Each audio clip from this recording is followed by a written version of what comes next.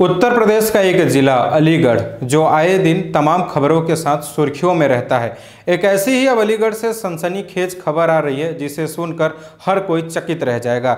दरअसल 31 मई को सुबह जब 100 से अधिक हिंदू परिवारों ने अपने घर के बाहर मकान बिकाऊ है लिख दिया और पलायन करने की बात कहने लगे तो हलचल मच गई।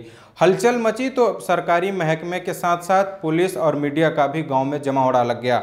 जानते हैं ये पूरा मामला है कहां का, हुआ क्या और पुलिस इस पे क्या कार्रवाई की। दरअसल यह पूरा मामला अलीगढ़ के टप्पल स्थित नूरपुर गांव का है, जहां पर 26 मई के दिन एक अनुसूचित जाति व्यक्ति के 2 बेटियों का विवाह था।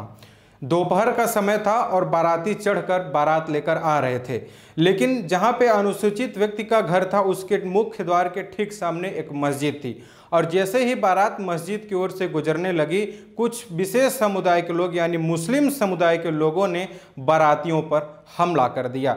मुस्लिम समुदाय की एक भीड़ ने कई हिंदू परिवारों को भी जमकर मारा, जिसके कारण नूरपुर गांव के हिंदू नाराज हो गए। लेकिन 27 मई की सुबह तक पुलिस की हरकत कुछ नहीं रही। ना तो पुलिस गांव में आई, ना ही कोई इस पे 27 तारीख को जांच पड़ताल हुआ।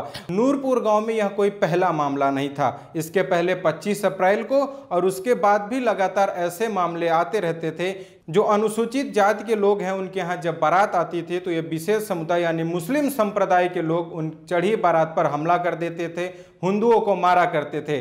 जब इस मामले से त्रस्त हो गए लोग तो 30 तारीख को रविवार के दिन रात को हिंदू परिवारों ने अपने घर के बाहर मकान बिकाऊ है लिखकर सो गए। लेकिन जैसे ही 31 मई यानी सोमवार की सुबह हुई तो गांव में हलचल थी। वहां पे माना जा रहा है कि सांसद विधायक के आने की भी संभावना थी।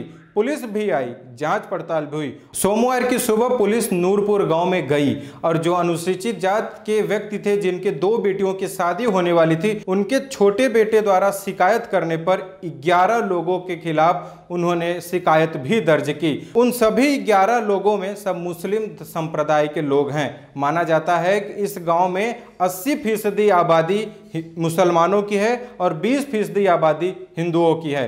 नूरपुर गांव की कुल आबादी है 3500, जिसमें से 80% जो वहां के लोग हैं वो मुस्लिम हैं। और इसीलिए हिंदू संप्रदाय के लोग आरोप लगाते हैं कि यहाँ पे भारी मात्रा में मस्जिदें भी हैं लेकिन मंदिर नहीं बनाया जा सकता। यहाँ हिंदुओं के ऊपर अत्याचार होता है और इसी सब मामले से निपटने के लिए हिंदुओं ने पलायन के लिए सोच लिया था और अपने घर के सामने मकान बिकाऊ है लिखकर सनसनीखेज फैला दी।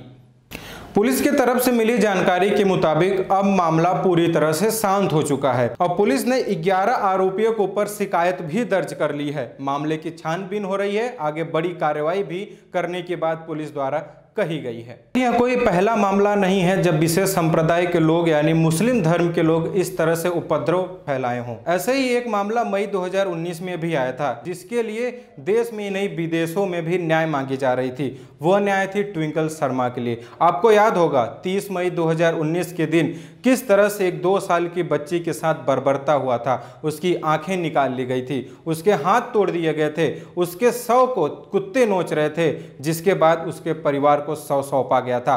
पुलिस ने त्वरित कार्रवाई करते हुए 4 लोगों के खिलाफ मुकदमा भी दर्ज किया था और उन पर केस भी चलाया था। उनके नाम थे असलम और जाहिद। यानी इस तरह के लोग लगातार टिप्पल गांव में इस तरह की हरकतें करते आते हैं। अगर हिंदू संप्रदाय के लोगों की बात माने तो इसलिए किया जाता है क्योंकि यहाँ पे हिंदुओं की आबादी कम है। मुस्लिमों की आबादी अधिक होने के कारण इस तरह के अत्याचार और दुराचार के आरोप मुसलमानों पर हिंदू संप्रदाय के लोग लगातार लगाते रहते हैं। भारत में कोई पहला मामला नहीं है जो अलीगढ़ से सामने आ रहा है। इसी तरह के कई मामले कराना, मेवात, जम्मू कश्मीर समेत तमाम जिलों और राज्यों से आते रहते हैं।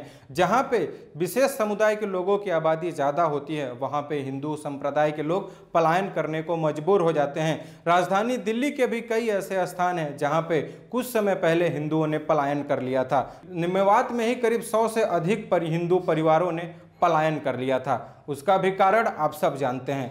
बाकी इस खबर के बारे में आप क्या सोचते हैं कमेंट बॉक्स में हमें ज़रूर बताएं और पुलिस को क्या कार्रवाई करनी चाहिए और वहां के जो विशेष संप्रदाय के लोग हैं उन्हें आप क्या नसीहत देना चाहते हैं यह भी हमें कमेंट बॉक्स में ज़रूर बताएं। वीडियो देखने के लिए आपका बहुत शुक्रिया, धन्यवाद।